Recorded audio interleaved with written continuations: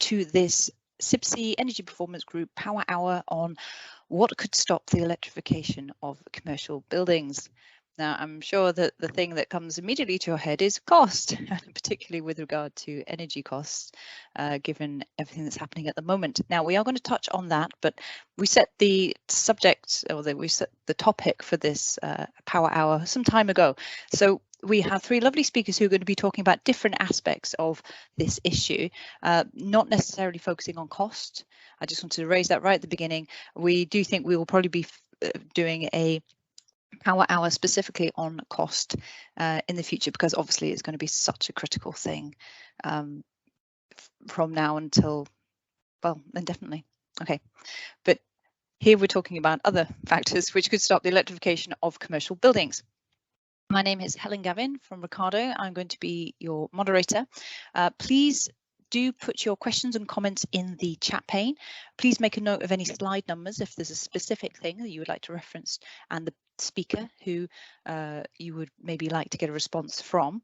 And where we can, we'll answer those and address those comments as we go along. But otherwise, we'll hear first from three speakers on the specialist topics, and then we will have a plenary in which I will select some of the questions and pose them to our speaker panel.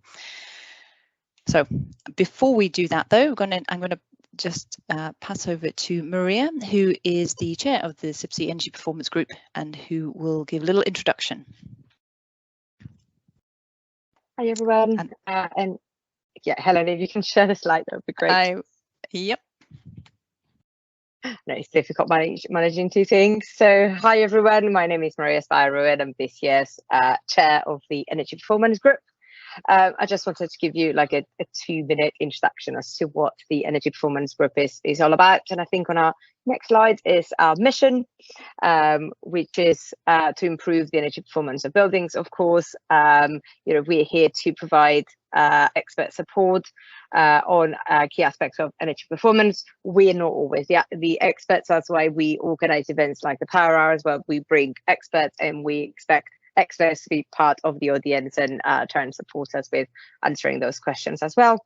We're here to enable networking, to bring networking opportunities amongst our members. We definitely have younger members as well as members that have quite good experience in the sector.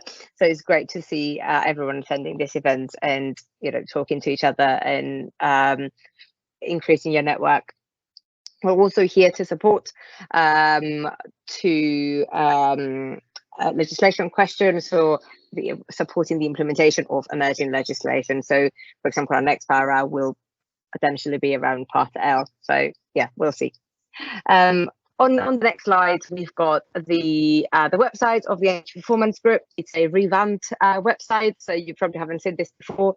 CIBSE have been working in the background with all of their groups, and we are updating our website. So feel free to go on there. This is just a landing page, and I think the next slide has the sign up page. So if you're not already a member of the Energy Performance Group, it is free to join us.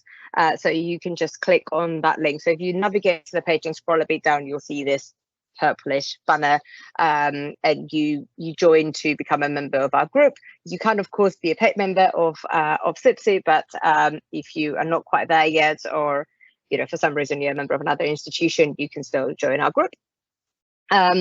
On our next slide, I think I've got a few of the things that we work on in the background. So we do something called the Carbon Bite, which are pretty much one-pagers talking about different subjects. We usually pair those with our Power Hours. So if we've done a Power Hour on, let's say, the electrification of buildings, we would usually write the Carbon Bite on that as well. So it's kind of a one-pager on a hot topic. I think we've got around 60 Carbon Bites that are live right now, so feel free to go on there and have a wander around the website. And that is the same with the Power Hour. So all of our previous events, especially in the last 2 or 3 years, have either been recorded, so you can find the recording on the website, or we have been able to share the slides and a summary of the event. So again, any topics that might be of interest, feel free to go on there and have a read. And I think that's about it from me. Yeah, so we are organizing our next event. It's going to be a joint event with the Young Energy Performance Group. I've been working with them in the background, but we don't have a date just yet. And we're also working on profiling some of our members on social media. Don't know if you've seen CIBSE's CIBSE 125 challenges this year hashtag. So what we are trying to do is create little profiles of our members that we can share on our social media. So if you have an interesting story to share, or if you feel like the way you've landed up in this industry is an interesting one, feel free to send me a message. You can find my email address or even on the chat just here, and we'll make sure we profile you as well. And that's it from me, Helen. Thank you very much, Maria. Okay, so now. Am I still sharing my screen? Stop sharing screens. Okay. Too many windows. Right, now we are going to go straight to our first speaker, who is Professor Tony Day. Tony, can you share your screens, please, while I read out your biography? Thank you. So Tony is currently an independent consultant specialising in low carbon solutions in the built environment. He's a fellow of CIBSE and the Energy Institute, and the immediate past chair of the CIBSE HIVAC Group, HIVAC Systems Special Interest Group. He currently chairs the CIBSE Working Group on Electrical Engineering for Net Zero Buildings, and has recently been appointed chair of the BSI Committee on Standards for Energy Management. Tony, over to you. Thank you, Helen. Hello, everyone. So I'm going to talk to you about Technical Memorandum 67, which was published last November, just to, I suppose, set the scene about where we are with electrification of buildings for net zero. That's the title of TM67. So that's a little bit about me. You've heard a little bit about me, but as chair of TM67 working group, I was working obviously with the entire group that put this together. So it was a joint effort with a range of experts from across the industry, and not just CIBSE members. So what Technical Memorandum 67 set out to do was to provide a high-level view of where we are and where we need to get to on electrification of buildings.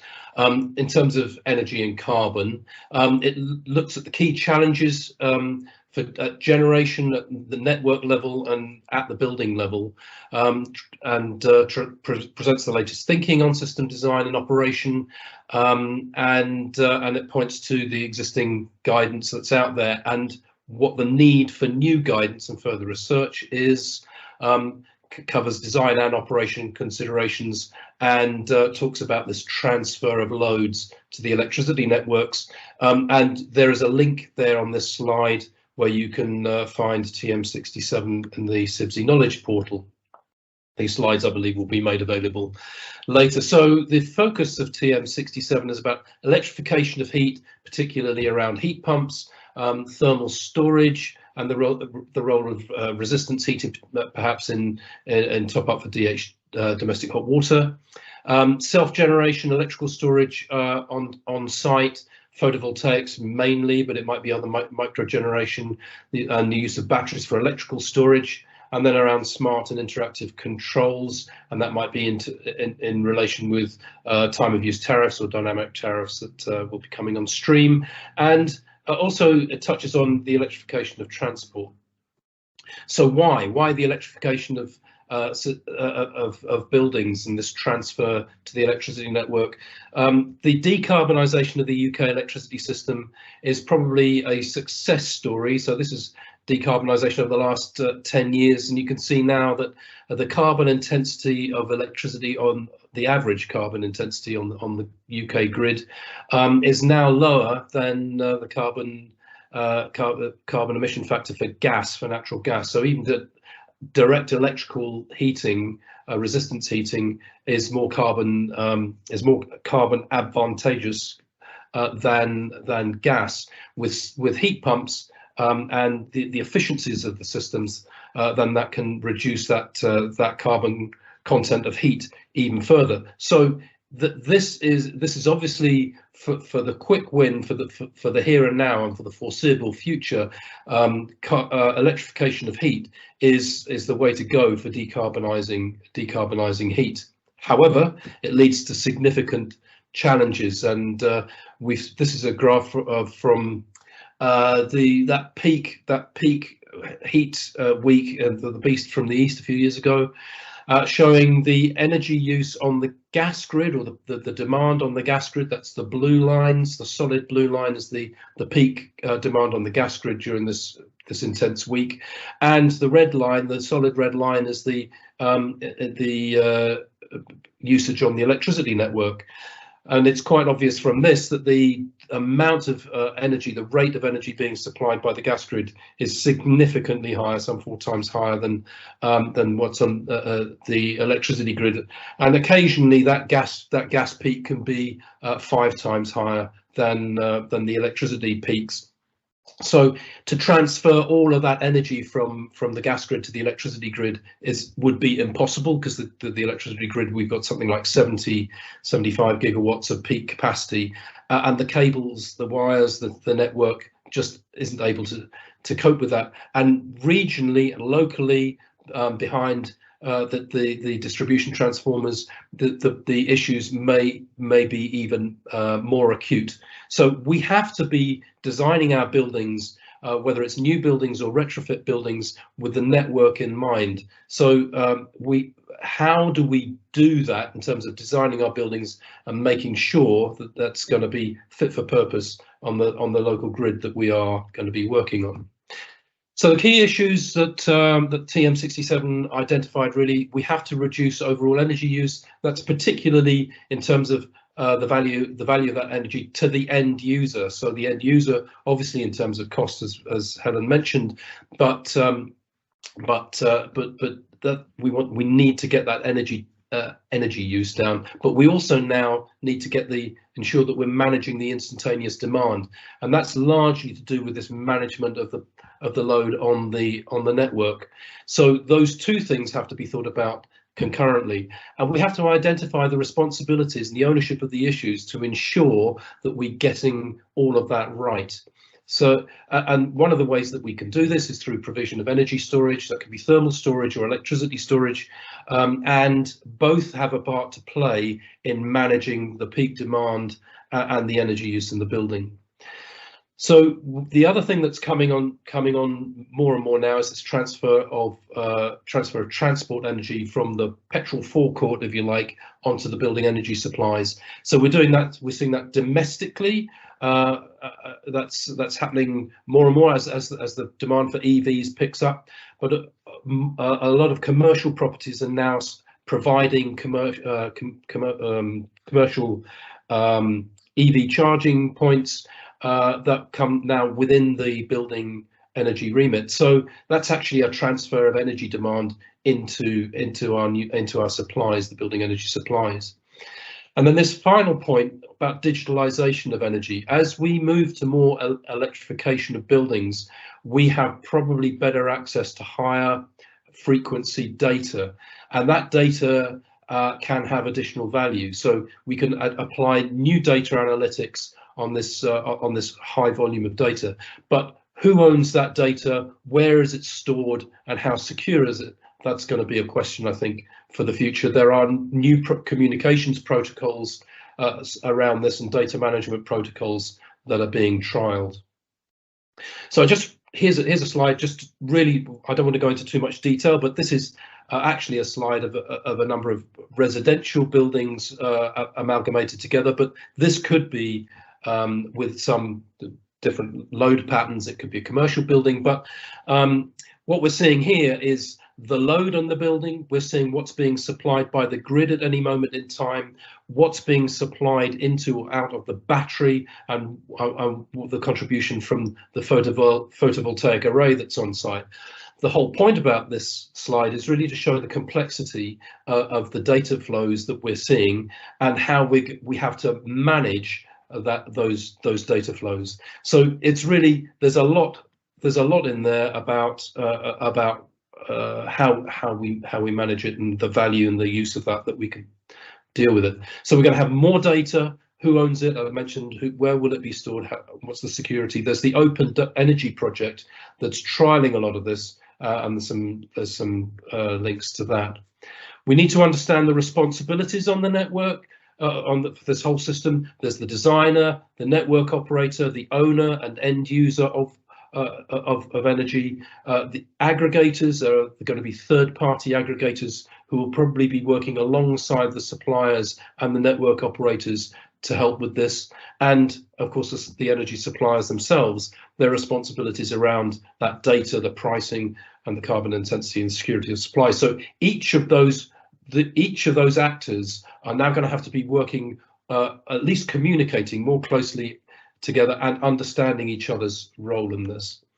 So the challenges for the rapid electrification, this transfer of energy from gas to the electricity network is going to add new loads, and that's going to be challenging the network. There are constraints on that network that are already existing, so we have to understand that.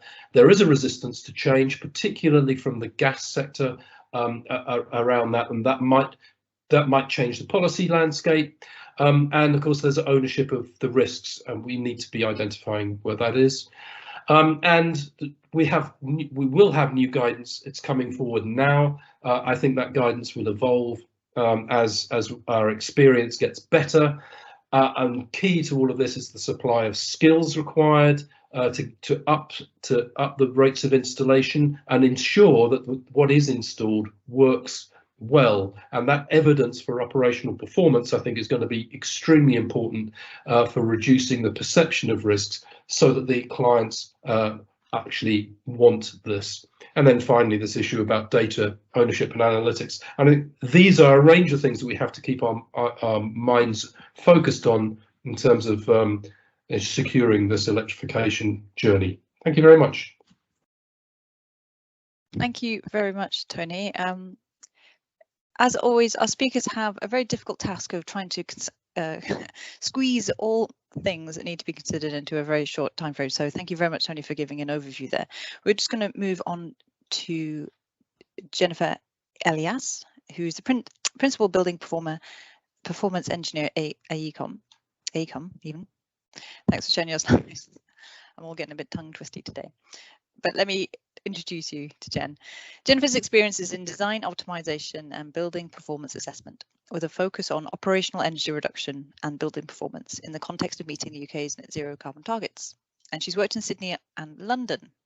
She's a member of the NABERS UK Independent Design Review Panel, where NABERS, if you don't know, stands for the National Australian Built Environment Rating System. And she was a contributor to the Commercial Office Pathway in Letty's Climate Emergency Design Guide. A key focus of her work is looking at how we can redesign offices to operate more efficiently today and future-proof them for the decades to come. Over to you, Jen. Great, thanks very much. Hopefully you can all hear me and see my slides. So I'll be looking at this really from the building HVAC designer's perspective and focusing on what's a really large portion of our work at AECOM at the moment, which is the decarbonisation of existing assets. Obviously, as Tony sort of said, that's an enormous topic, but my focus will be on LTHW systems in existing buildings, i.e. gas boiler to heat pump replacements within, of course, the commercial office space. So we tackle the question of what's going to stop electrification of existing buildings on a daily basis. And so with sort of a track record of overcoming those challenges, I want to share a few success stories in overcoming the main barriers that we see. That's the availability of space, addressing what capacity in these systems is actually necessary for buildings today and into the future, considering the building performance aspects of it more holistically, as well as then considering some of the trickier challenges of working in an existing building, particularly around tenants and occupiers. So to start with, let's have a look at plant space. What I've put here on this slide is a diagram of an existing chiller deck from one of the projects that we're looking at the moment. And then what I've got in the purple outline there is our proposed plant for this building. Now, what we're looking at when we're replacing gas boilers with heat pumps is taking a fairly compact piece of plant out of a basement and putting it onto a roof, which is already spatially constrained in most cases, as well as having competing demands, for example, communal gardens or event space. So it is really important that we come up with solutions that address the spatial challenge And that's where we find the simultaneous heat recovery heat pumps or 4-pipe chillers to be really, really useful in this regard. So they take low-grade heat reclaimed from cooling the building and then use that in turn to heat the building. Typically, you'll see only a slightly larger footprint than the existing chillers, and that's what's shown in that purple box on our project chiller deck plan there on the slide. The other terrific thing, though, about using a heat recovery chiller is that for most buildings, particularly commercial offices, particularly where you've got something like a fan coil or even a chilled beam solution, there is a simultaneous heating and cooling load throughout the year within that building. And that's what's shown in this chart on the green bar just there throughout the year. Now, the heat recovery chiller is going to get you a TER, total energy ratio, of greater than 6, delivering you enormous energy savings. So that's a really big win. The trouble, of course, is that we need to look at the electrical capacity as well as space for decarbonising domestic hot water, either through a dedicated domestic hot water heat pump or a water source heat pump boost. And that's where that's where I wanted to sort of quickly flash up the BCO's the British Council Office's position paper from June this year, which looks at addressing the way that we design buildings to be more efficient, to be leaner, so they operate more efficiently, and then obviously requiring less space and less electrical capacity. So that's a terrific resource around how we can change our design practice, and I'd recommend that you sort of have a look at that on the BCO website. At the same time, I think that there's a role for CIBSE to play here in looking at how we go about the sizing of, for example, heating systems within buildings. What we've got on the chart there on the top bar is a heating emitter size total for the building, including air load, for a project that we're working on at the moment, and that's sized using the method outlined in CIBSE Guide A. I've compared that for the same building to the simulated peak heating load that we've got out of our Neighbours UK Design for Performance simulation model. And you can see immediately that that peak is significantly lower than our total emitter sizing. And that's for two main reasons. The first being that in an office building, we start heating plant at about usually 6 a.m, 7 a.m. in the morning when it's not -4 degrees outside. It's usually warmer, maybe half a degree outside, likely to be even higher as we see the climate change. But we also assume when we do these sizing calculations, there's no internal gains in the building, when actually overnight in offices, we do see quite a bit of standby power from machines in standby, fridges, tea points, etc. So adapting the way that we do these sizing calculations is really important for the way we design buildings today.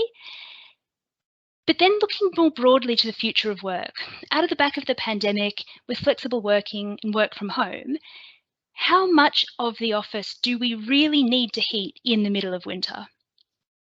Could that be a way to reduce our electrical capacity demand and our sizing space take? At the same time, though, it is important to think about the overall holistic efficiency of the building and of the heat pump system. Heat pump efficiency drops as flow temperature increases. So what we're looking to do with our gas boiler to heat pump replacement is drop the flow temperature and drop the delta T across that system. We're going from 80 flow, 60 return to often 48 degree flow, 43 degree return, i.e. a delta T of about 5 or 6 degrees. And that's really important when we start talking about things like fuel costs. Generally, you'll need a system COP of at least 3 to enable you to avoid an energy price increase from going from a gas boiler to an electrical heat pump. And obviously that's only going to get more important as fuel prices rise. And so that's where it's important to look at the system holistically and really design the system to perform. In particular, one example is pump energy. So as you reduce your delta T across that system, your pump energy is increasing. But it's important to be really careful because a lot of heat loads are 24/7. You could have pump sets running overnight to, for example, heat the building manager's office. So where you've got very large pumps operated for very long hours, even where those are variable speed pumps and even where they're operating at very low flow, you could find that your pump is still using about 80% of its design point flow, depending on your system curve and your static pressure set point. So just making sure that that whole energy picture is factored in is really key. But then the other tricky thing that we see when we're looking to go from a boiler to a heat pump is that by changing that flow temperature to maintain efficiency of our heat pump, we may need to look at on-floor works within the tenant's demise to ensure that we're delivering output, the required output to that tenant. Now, obviously, the first step there is to consider what does that tenant really need in terms of output. But in some cases, we'll find that there is a need for on-floor works, i.e. change out of, for example, fan coil units to meet the change in flow and return temperatures. And that's where it's really important to have a whole building plan and a roadmap over the next 15 to 20 years of that asset. What I've got here for a theoretical building is lease expiries, the orange being a first lease, the yellow being a second lease or an option.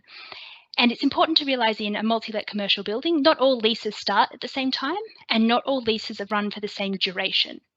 So it can be very difficult to find a spot where you get the whole building back to do a lot of these on-floor upgrades. It might be possible, depending on the system type that you're changing to follow the green intervention pathway. Otherwise, you might be looking out to 2030, 2040, 2050 before you can get access to do those on-floor works. So having a whole building plan and factoring in things like end of life of plant and fabric upgrades is really, really crucial to ensuring that you're minimising capital costs as well.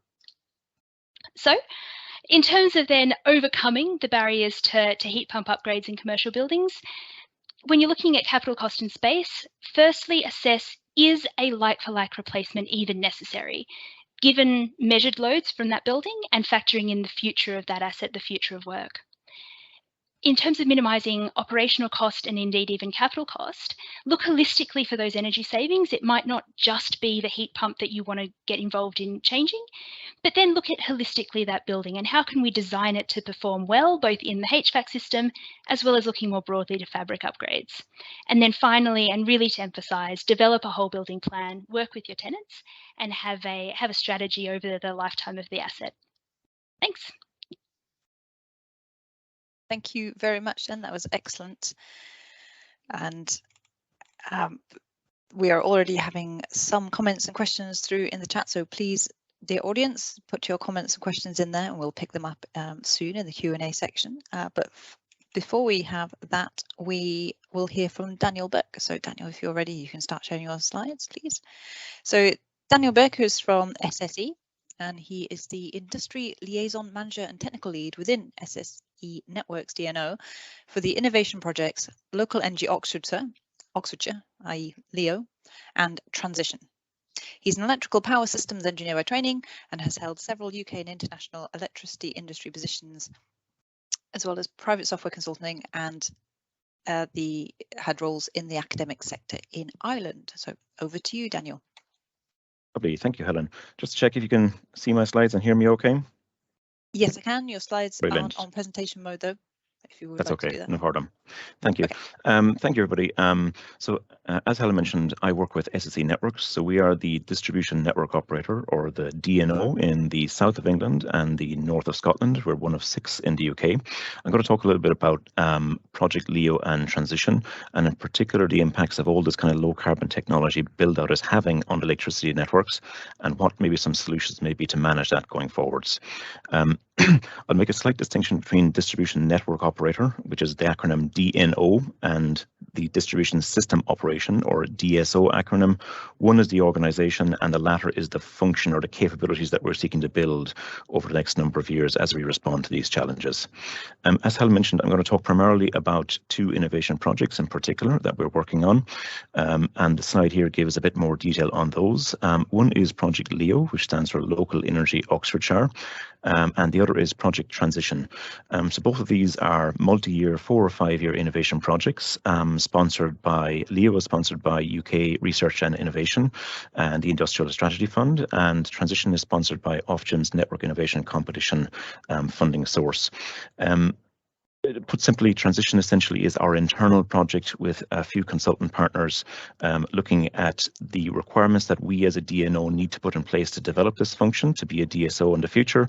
And Project Leo is a sort of a trial area collaboration in the area of Oxfordshire, which with a number of other cross-sectoral partners such as universities, independent companies, consultants, regulatory and local government bodies, where we're looking to put in place and to test these capabilities on the ground within Oxfordshire as part of real-world trials. One thing to say about Project Transition as well is that as part of, I suppose, the distribution network operator, we obviously collaborate very closely with the other DNOs in the UK via an ongoing innovation and knowledge sharing forum called the ENA, or the Energy Networks Association Open Networks Project. So therefore, anything that we're doing in Projects Leo and Transition, the learnings, the inspirations that we come up with or that we need to disseminate, we have a sort of a direct path to share those with the other DNOs that are active in the other parts of the country. I suppose just to talk about, in summary, some of the key philosophies or the key kind of, summary points about Project Leo in particular, we can kind of break those down into three legs of a stool, essentially. One is that I think we realize that in order to make this future of much greater penetration of low carbon technologies to work, we definitely need new technologies and technical capabilities of new kit, both on the system internally as a distribution network operator, but obviously in terms of the customers and the energy users out there in the real world. So technologies and new platforms is a core component of what we're trying to do in Project Leo. The second element is that I think we realize that there's a need for new solutions, particularly in the markets and commercial space. So we're looking at maybe having new innovative commercial and market solutions for managing constraints on the network. And last but certainly not least is I think there's a realization that in order to make all of these things work, we really need a well-informed and engaged bunch of customers and people internally working in the business with the right skills to make this happen as well. So those are some of the key themes that Project Leo is trying to put in place going forwards as solutions in this space. Now, to touch on, I guess, some of the earlier speakers in terms of what is the impact of electrification on the electricity network, and I suppose that is the perspective that I can give here today. Just a very simple stylized diagram on the right-hand side for those of you who aren't very close to what the structure of the electricity network looks like at distribution level. So on the right-hand side here, we've got a very simple diagram that essentially covers the various different hierarchies of the electricity network as we step down from the connection point of the distribution network to the national grid, which is at the grid supply point. We then have a number of voltage step-down levels from bulk supply points to primary substations. That's what we call our extra high voltage network, or EHV network. We then have our primary substations and our secondary or 11 kV feeders, which is kind of our high voltage part of the network. And then right at the very, very bottom, down through a number of step-down transformers, we have essentially our low voltage network feeders. And this is essentially the part where the end consumers, the domestic and small scale building customers are actually connected. And I suppose the key challenge is that as, I guess, we build out more and more of these low carbon technologies, heat pumps, electric vehicles, solar panels, etc., on the customer side, these are obviously going to have an impact on the flows of power throughout the network over the rest of the hierarchy above that. So the more and more kind of demand that we grow on the lower parts of the network, that's potentially going to create constraints or choke points higher up. And essentially that's a problem that the distribution network operator is responsible for solving. In terms of how we solve that problem, I guess traditionally that problem would have been solved by building more lines and cables on the ground. But I think there's a realization that the scale and the time constraints of delivering net zero and all these low carbon technologies, that building more kit on the ground, more physical copper cables and assets on the ground is maybe not necessarily the most cost effective or the most timely way of managing this constraint in the future. Instead, we're really exploring the concept of electricity markets flexibility, or markets for flexibility. And flexibility first is kind of like a key paradigm or a key philosophy of all the distribution network operators going forwards to manage this low carbon technology transition. So what actually is flexibility? In the next slide, I've got a very simple kind of explanation of flexibility. Broadly speaking, it's a change in the behavior of a customer in order to manage a constraint on the network. So in essence, if you're a demand customer, that might be reducing your consumption. If you're a generation customer, it might be increasing your generation. But largely speaking, it's essentially a change in your behavior of consumption or generation of electricity in order to manage a constraint on the network. And essentially that will be as a result of a trigger or a signal from the network operator. A very simple stylized diagram here of a daily demand curve on the right hand side. We've got essentially the network capability is at the point Y, the natural demand of the system in that part of the network will be point X. And basically the yellow curve here essentially is saying that over potentially a number of hours at tea time peak, for example, we might have a requirement in that part of a network to manage that overload of the resource. And we could do that by essentially getting some demand customers to turn down or getting some generation customers to turn up. And it's important to state that, I guess, going back to the point earlier about markets and commercial mechanisms, this wouldn't be essentially a mandated requirement that somebody has to behave in this way. It'd be more like there will be a financial reward or an opportunity to behave in this way and a commensurate financial remuneration accordingly as well. And Project Leo and Transition, the two innovation projects that we're working on here within SSEN, along with all of our partners in Leo and Transition, we're looking at trialing a number of new innovative technical and commercial solutions to manage that issue. Just a simple example of what that sort of flexibility market journey might look like for a customer. This sort of diagram here tries to capture that sort of workflow. Basically, because, like I said, we're looking at commercial mechanisms to solve these engineering technical problems, there's a number of commercial and market stages required to solve that. Essentially, for example, and this is a workflow looking at a week ahead flexibility market. So we're telling participants 1 week ahead that we need some requirements for flexibility. So for example, there's a stage where we need to open an auction to tell participants that we need a certain amount of flexibility. The industry actors or the distributed resources would participate or respond and tell us how much flexibility they have and at what cost, for example. We then, as the DNO, would need to decide which are the least cost flexibility contracts for us to strike. And then fast forwarding ahead to maybe the day of or the day before or the day of a requirement of the network in real time, we would then need to instruct or tell those flexibility providers that you have a contract with us for, let's say, 100 kilowatts of flexibility. We'd like you to deliver that now, tomorrow, between 3 and 7 p.m., for example. Then the last step of the process, obviously, going back to that point about remuneration, essentially we will be paying people for behaving in this way. So we then have a kind of an invoicing and settlement stage whereby we calculate how much flexibility has been provided and therefore how much payment do we need to provide to that particular customer. And we're trialing this sort of a workflow with a number of different types of assets in the Oxford area. For example, we're looking at battery storage, vehicle to grid. We've also got a few particular public buildings, in particular one of the public libraries in Oxfordshire, which is using its air conditioning unit to provide some demand flexibility to us. This is sort of a diagram of the workflow that the external participant would see, but internally within the DNO, we need to put in place a number of different tools and systems to manage that in terms of new capabilities that we perhaps traditionally haven't had before. For example, we need some improvements in our forecasting of the requirements on the system in terms of the power flows in the network. We need advanced tools to calculate and analyze the network in a good way. We need improved tools for selecting the least cost contracts and dispatching control of those contracts.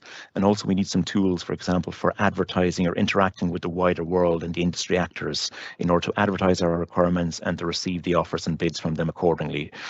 Last but not least, we need also new tools for settling and invoicing and essentially paying people accordingly for the flexibility that they've provided. So internally within the DNO, in order to enable that workflow that you saw on the last slide, we need a number of new functions and capabilities and tools to solve and to support that. And within Project Leo and Transition in particular, we're looking at deploying and testing a number of these functions with a number of our consultant partners. In terms of, I suppose, touching back on the broader theme of the session, how can the attributes and the systems and tools and processes that we're deploying in Project Leo and Transition, how can we scale those? What are the key learnings that we've taken from those that are relevant to, I suppose, the wider audience on the call today? I think some of the early learnings that we've had is that it's really important that we have clear signposting of opportunities, requirements and responsibilities for the various different industry actors to take part in these markets. I think we need simplicity of language because I guess we need to avoid as much as possible the jargon that we use from the engineering and the electricity side of things and make those concepts amenable to the wider public, and in particular the types of residential and small-scale commercial buildings that could be providing this flexibility, which are not necessarily traditionally people who are involved directly in the electricity industry. In terms of, I guess, requirements or opportunities from the industry actors side, in order to make these flexibility markets work, network, we obviously need as much flexible sources as we possibly can have on the network. So we need liquid markets with lots of assets providing this capability to the distribution network operator in the future. Some attributes that may help that, for example, we've learned that in Project Leo in particular, that essentially having proper building management systems and automation of those controls is certainly a key enabler that will make those assets as ready as possible to partake in the market opportunities that we're looking at in the future. So instead of maybe having human-in-the-loop type processes, as much automation is key. And then last but not least is the importance, I suppose, is of the other industry actors, for example, your traditional suppliers and aggregators, to act as sort of effective middlemen in that sort of space between the distribution network operator and the end consumer. It's very important that we have a sort of a well-engaged and switched-on supplier and aggregator industry that can essentially bridge that gap between the requirements that we have on the network and essentially the touch points to the end consumer that are potentially, I suppose, the folks like yourselves providing the flexibility. Excuse me. So that's a whistle-stop tour of what we're trying to do in Project Leo and Transition. It's really only a drop in the ocean because these are large-scale multi-year projects. You can find out a lot more information on the project websites, which I've provided the links to there. As I mentioned, we're also collaborating very closely with the ENA Open Networks project, which is scaling this to all the other DNOs across the UK. And I've also provided a link to their Open Networks project as well. Thank you so much for your time. I look forward to the discussion at the end of the call. Thank you very much, Daniel. That is three excellent presentations from three very knowledgeable speakers. I would encourage all of our speakers to put your video streams back on, please, because now we're going to go for the general Q&A session. We have about 15 minutes, so we can end just before 1. So we've heard from the three of you all of the different factors that may prevent the electrification of commercial buildings, of which there are many, not least ownership of data, security aspects, tenancies and contractual arrangements, the complexity of demand and the need to meet peak demand times, the resilience of the network, various technological awareness, do we have the solutions there, improved tools, systems, participant involvement, and that's not even touching the maybe the white elephant in the room, which is cost systems. But nevertheless, we all know we need to go on this journey, and it's been very encouraging to see in the chat that the commentary on the carbon intensity of the grid, that's obviously average figures, but it does show a downward trend, which is excellent. Okay, I'm just going to pick out some questions from the Q&A and direct them either to all of our speakers or individually. But if I say, Daniel, can you answer this question, but Jen and Tony, you would like also to respond, feel free. But the first one is to everyone. And it's picking up the fact that in 2050 or in the future, most of the buildings we currently have are the ones that will be present then. And so we need to obviously make those more energy efficient, and Jen touched on the issues associated with that. But we also heard that there's a transfer of energy demands. There's transfer of energy with regard to transport, putting it into the building elements. So just a general question to start with: what is the time frame of change do you see that things will significantly happen, and given the need for integration of so many different moving parts? Any of the speakers, please chip in with your thoughts on what time frame of change are we talking about? What can happen when? I think go first, please. Yeah, I was just going to jump in and sort of really say that I think it's important to look holistically over the life of the asset, map everything, all of the constraints onto a single diagram, and project that out. We're looking in many cases significantly past 2030 and out to 2050 for a lot of our projects, where we're also then bringing in things like the end of life of equipment, the need for fabric upgrades, obviously leases, which I mentioned as well. And so I think it's, in terms of the time frame, for a lot of existing buildings, probably not 2030, but until 2030, there's so much that we can do just in terms of improving the energy efficiency of our existing buildings, just looking at controls and doing those kind of low-hanging fruits. I think now is the time to start, but I think having that long-term plan is really crucial. Thank you. Daniel or Tony, did you want to chip in? Well, I was looking at a slide this morning, was on another presentation, and someone put up a slide to show what we needed if we're going to meet the 2050 targets. we have to do most of the work between now and 2030, and that's very alarming. So how are we actually going to do this? We need to rapidly decarbonize the supply sector, and we have to do a lot of work of retrofitting buildings. I'm not quite sure where all of that activity is going to come from in time. We've got just over 7 years to do it. So so we just have to find ways of accelerating that. And my concern would be whether the policy landscape, never mind the cost landscape, whether the policy landscape is going to allow that. Yes, that's a good point. In a session where we were prepping for this webinar, the audience, we were talking about cost being the issue, and now since then we've had the recent electoral outcomes and the declarations on various high carbon intensive fuel sources being maybe exploited. But Daniel, what did you want to say? I suppose just to give a perspective on timeframes, I think distribution network operators are seeing and experiencing these issues right now in terms of the growth in the number of connections of low carbon technologies. It's really taking off. I think maybe just to give one indicative figure, just to give some perspective on that, I think in our ED2 business plan, which is our price control regime for the next 5 years, I think there's an expectation that the amount of flexibility is going to have to scale by a factor of 10 compared to where it is now in the next 5 years.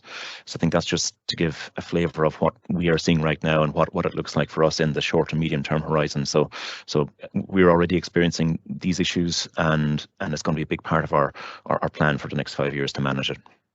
Thank you. Okay, another question to all of you. Some people in the chat pane have thought that maybe there's experience from outside of the UK that we can draw upon. So given the people in our panel have much international experience, can you bring that to bear here? So, for example, would you say there's technological knowledge, know-how that the UK could learn from? I mean, particularly with regard for cooling from Australia, for example, or someone mentioned that maybe demand management solutions are more developed in the US. Are you aware of that, and what might be the barriers to implementing the success stories from over there to over here? I have a little knowledge of what's going on in the US, and actually maybe demand management, it's talked about a lot, but it has to be. But in terms of decarbonisation, it's not part of a decarbonisation agenda. So actually a lot of what's going on in the UK and Europe is well advanced on what's happening in the US.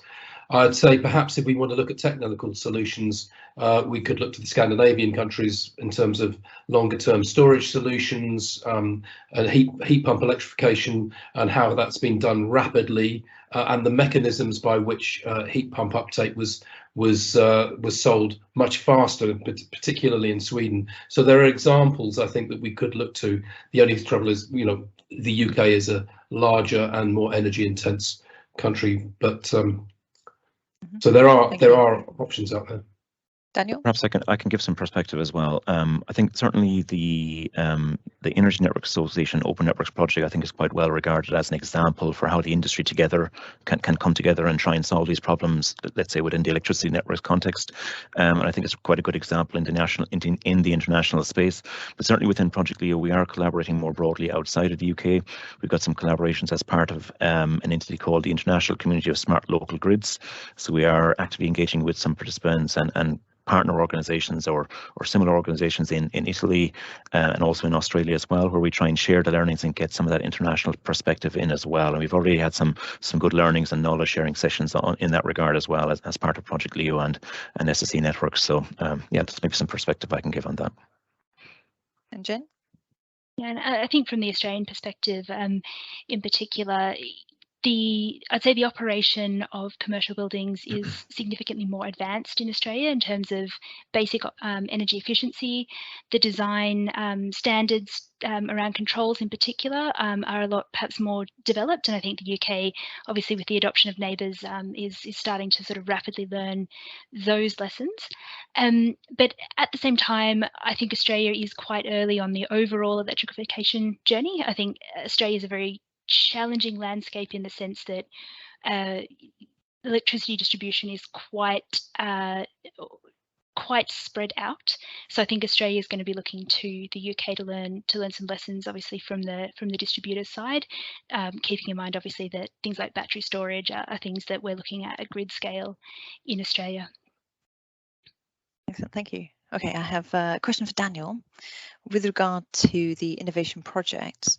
One question is a question from Chris Jones saying it's great to see a pilot, but where is the leadership and coordination for such highly complex and difficult challenges? Where's it coming from on a national scale? Do you feel that there is sufficient drive for that? I'm not sure if I'm the best person to answer that, but I'll try and give a view or a perspective, shall we say. I think there's probably a number of areas where there's coordination and let's say various different drivers coming from. There's obviously the policy space where BEIS have got a number of policies around the Smart Systems Flexibility Plan. And we then have, I guess, a number of regulatory, drivers from the regulator.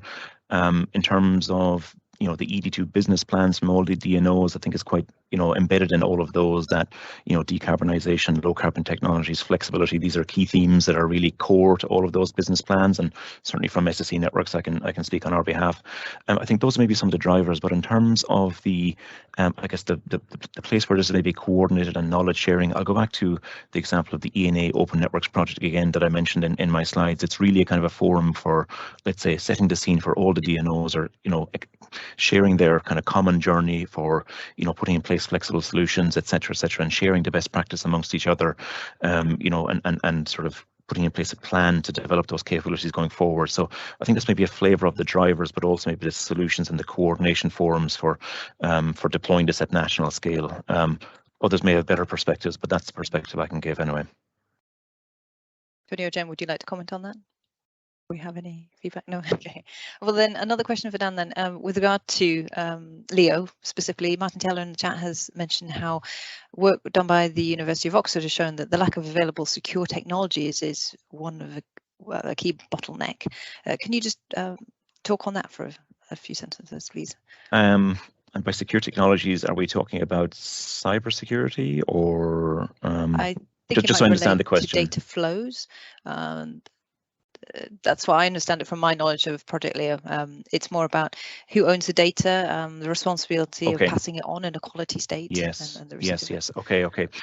So I have to say data security from a personal data point of view has really been a core part of what we, some of the issues that we've experienced, in particular, as you're dealing with, let's say, flexibility from potentially individual domestic properties, things like that. The whole area of GDPR and data management is a really critical part of that.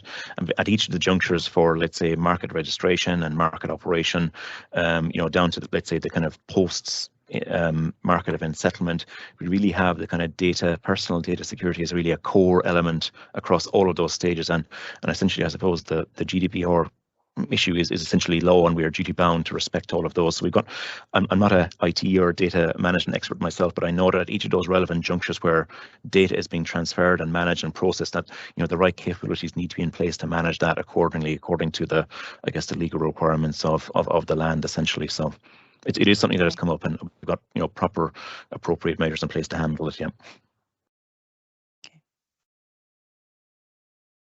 A question for Jen. I noted on one of your slides there was, I think you used the word tremendous energy recovery. I was just wondering if that was based on real data or kind of conceptual, theoretical heat recovery. Oh, sorry, for the 4-pipe units. So that's based on manufacturers' data, which, as we get more of these systems in place, we really need to do, I think, a much better job of collecting that data, analysing it, understanding it, and sharing it. Okay, so there may not be tremendous savings in RAL given all the various complicating factors when things are deployed in real life. Okay.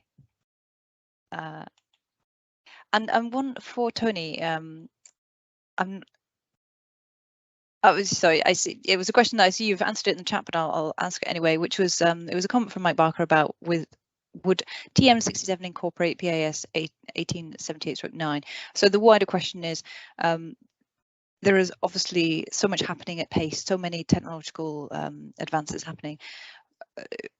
is it possible? Well, you've already stated that there is a working group to consider what will be in the next issue of the memorandum, but. Yeah, so the way we conceived 67 is that the initial document is a high level overarching document, and then there will be a 67.1, 67.2 where specific guidance will flow from that. And I think we've got 3 areas that we're currently looking at.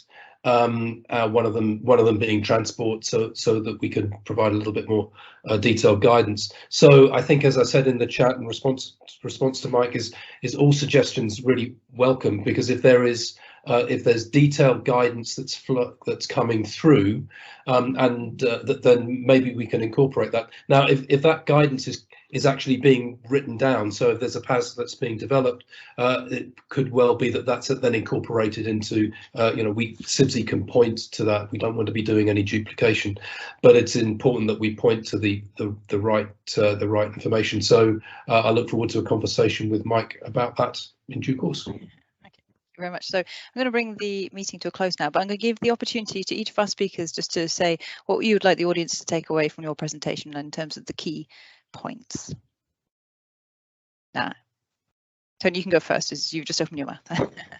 Okay, so I think let's be optimistic. We know that there is a big challenge here. When I first started talking about renewables in building services in probably 1992, my students would stare at me blankly and go, why do we ever need to know about a photovoltaic cell or a wind turbine? It's going to be nothing to do with me. So I would say that the transformation that's happening in our thinking has been extraordinary, and even 10 years ago, nobody would have predicted 200 grams per kilowatt hour on the electricity network. So the journey can be rapid, it can be extraordinary. Who does it? We do. I used to say to my students, who's going to save the world? Building services engineers. I still believe that. We could, so I'm optimistic in that respect. I think the market pull is probably at the moment, in the next little while, going to exceed government push. But and I think that pull will overcome any inertia. Okay, thank you. Well, thank you for your comment. It is actually quite inspiring to end on a bit of a kind of motivated point. Jen, would you like to go next? Yeah, I suppose I'm probably echoing Tony's point there, and I'd say, speaking as an engineer in that space, doing this day in, day out, and when you find a barrier, don't say, well, this is impossible, what am I going to do? Say, under what circumstances would this be possible? And change that question around, find the way through the barrier, because there usually is a way if we think about the future of offices changing and redesigning what we define as an office today. Thank you. And last but not least, Daniel. Yeah, I'll keep it brief. I think the SSE networks and the various DNOs are aware of the scale of the challenge facing the network operators. We need as many sources of flexibility as possible to manage the constraints that are facing us. So please get involved and start offering your flexibility to us. We'd be really happy to hear from you. That's great. Thank you very much, Daniel. Thank you, everybody who contributed to this event and all the people who joined. I hope you enjoyed it. We will present the slides and the recording as soon as we can. But until then, thank you very much and goodbye. Thank you, everybody. Bye. Bye-bye. Bye.